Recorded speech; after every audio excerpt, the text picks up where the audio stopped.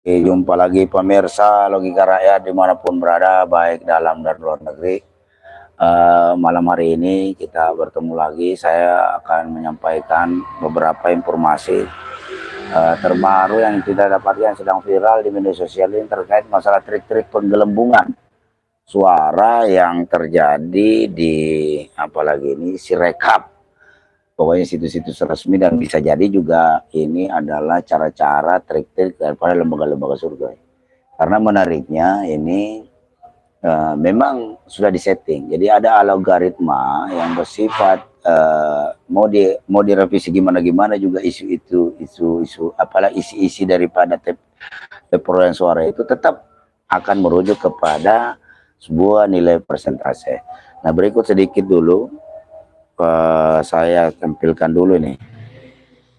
Saya tampilkan dulu ya. Saya kasih lihat ya. Dan tayangan ini maksudnya yang ada nanti saya perlihatkan video dari netizen ini. Nah, ini dia nih. Saya akan membuat chartnya supaya sesuai dengan keinginan saya. Nah, di sini ada 3 option ya. 01, 02, 03. Dan persentasenya saya akan atur ya. Jadi persentase chartnya saya akan atur. Misalnya masukkan 24 ya. Kemudian 02 saya masukkan 58. Kemudian 03 saya masukkan 17. Ini chartnya sudah terbentuk dan saya masukkan, ini kan awalnya kosongnya. Saya masukkan 2000 untuk suratnya. Nah, di sini otomatis di sebelah kanan bisa terlihat ini sebagai data pengecohnya. AM 01 dapat 17, 37, kemudian 34 dan seterusnya bisa dicek ya. Dan di sini ada namanya TVZ 001. Nah, ini sampelnya tampilkan dengan 6 sampel ya. Nah, di sini ya, dari ke-6 sampel TVZ ini, rekan-rekan bisa lihat ada salah satu TPZ yang nilainya itu jauh sekali berbeda dengan yang lainnya. Nah, di TPZ 006 ya, sebelah sini. 02 itu mendapatkan nilai 677. Lihat angkanya ini sangat jauh berbeda dari yang lainnya.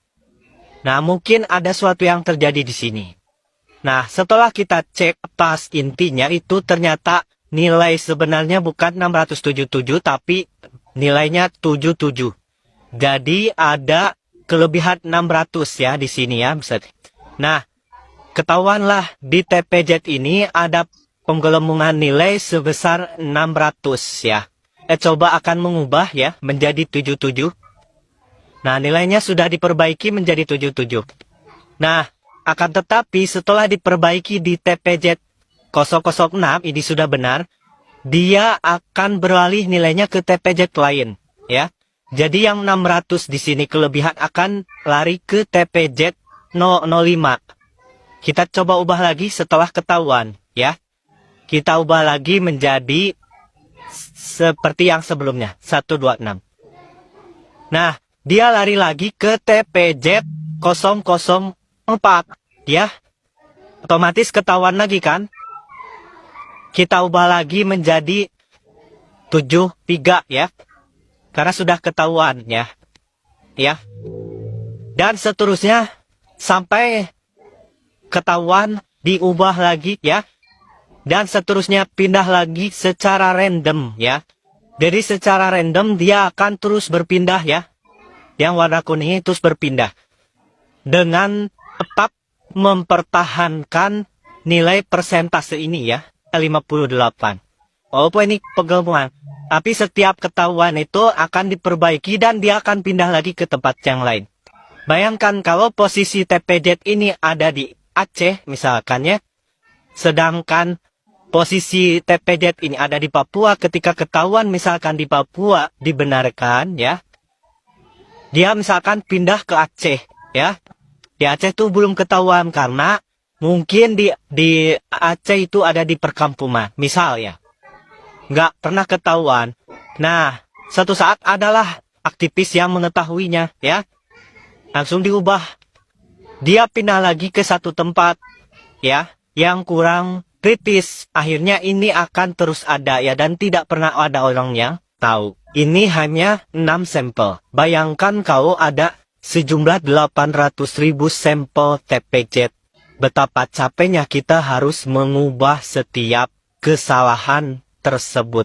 Ya, tapi nggak apa-apa. Yang penting tujuan saya tercapai, cat persennya sesuai dengan yang saya inginkan. Toh, yang capek juga mereka yang sibuk ngurus TPZ, yang saya acak-acak angkanya.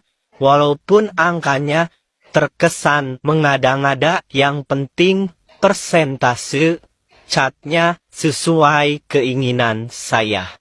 Itu ya, cuplikan tadi, video itu kan sudah rame tuh di media sosial tuh.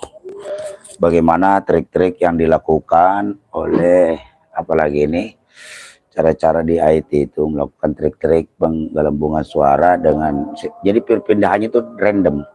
Jadi kalau diisi di sini dengan program itu, makanya kan kemarin Quickcon yang lembaga survei Quickcon itu, dia survei dari 2000 TPS.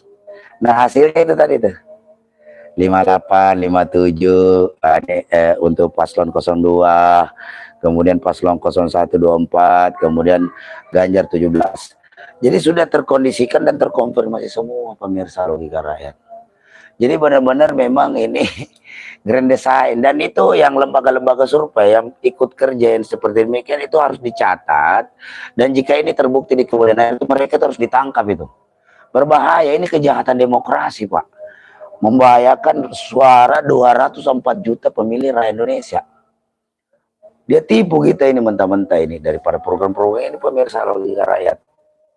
Jadi kita harus apalagi ini kawal bener nih sistem perhitungan suara yang terjadi hari ini, dan tentu saja kita minta KPU untuk segera berbenah diri gitu loh, ya kan, mau diaudit secara forensik. Dia punya apalagi itu website Sirekap itu harus bisa diperiksa oleh seluruh Indonesia, minimal diwakili oleh 3 paslon ini, paslon 1, 2, dan 3 ini. Tapi kita dapat informasi dari Timnas Amin bahwa mereka udah berapa kali bersurat tapi tidak pernah ditanggapi. Kemudian juga menurut informasi dari pakar telematika Bung Suryo, itu server daripada KPU ini ada di Perancis, Singapura, dan di Cina. Ini kalau itu sampai benar terjadi, itu benar-benar luar biasa benar ini republik ini. Benar-benar pemilu ini hanya menjadi alat permainan elit-elit politik kita, ini penguasa hari ini. Yang dipimpin yang hari ini presidennya adalah Joko Widodo, dan Pak Jokowi harus paling bertanggung jawab. Dan di sini harusnya DPR itu berani memanggil Pak Jokowi untuk mempertanggungjawabkan ini semua, dan ketua KPU dan anggotanya itu harus segera diberhentikan secara tidak hormat. Ya kan, baru kita menggelar lagi ulang. Ini udah nggak benar ini. Jadi pemilu tanpa Jokowi, pemilu tanpa ada intervensi dari TNI, Polri, ASN, apa itu harus dihilangkan semua, dinolkan, direstart semua ini. Ini berbahaya sekali nih. Ini alhamdulillah, syukurlah netizen kita ini kreatif.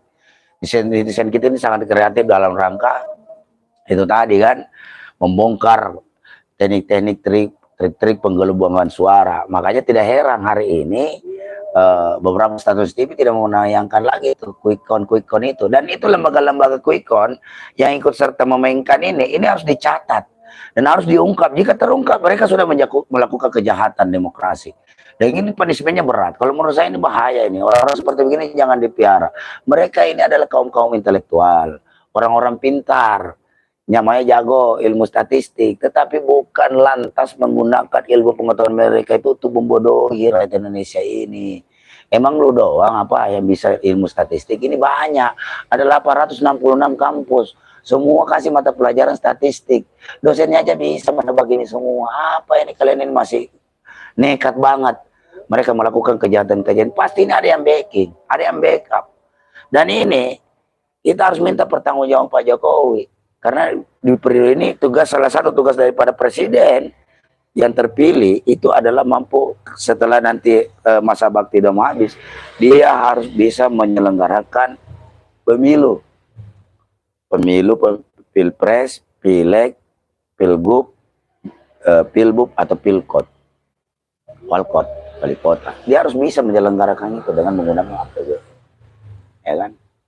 Nah kalau Pilpres ini melakukan penyelenggarakan pemilu yang jujur, damai, jujur dan adil. Nah ini sekarang nggak jujur. Nah sekarang rakyat diminta, ayo jaga damai, kita tetap damai, kita beda suara, boleh beda pilihan, tapi asal jangan kita berantem. Itu slogan-slogan begitu dapat bisa terampuh jika sistem perhitungannya itu nggak curang, jika KPU-nya itu tidak membuat kecurangan-kecurangan yang dilakukan secara terstruktur dan masif. Saya tahu. Tapi kalau misalnya seperti begini, ya gimana?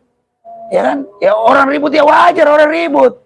Justru harusnya seluruh kaum intelektual kampus turun semua, orang-orang pintar, aktivis, siapapun yang perlu, kita turun aksi semua. Gunakan hak kita sebagai rakyat Indonesia, karena suara-suara kita ini dipermainkan oleh lembaga Komisi Penyelenggara Pemilihan Umum, dalam hal ini KPU. Dan Bawaslu juga, bubarkan aja tuh Bawaslu. Bawaslu itu sudah mandul, sudah impoten, nggak bisa ngambil sikap, nggak bisa mengambil tindakan-tindakan memberikan punishment terhadap caleg-caleg yang melakukan pelanggaran selama masa kampanye, pelanggaran selama ini orang terbuka, vulgar semua kok. Bagi-bagi duit udah terang-terangan kok.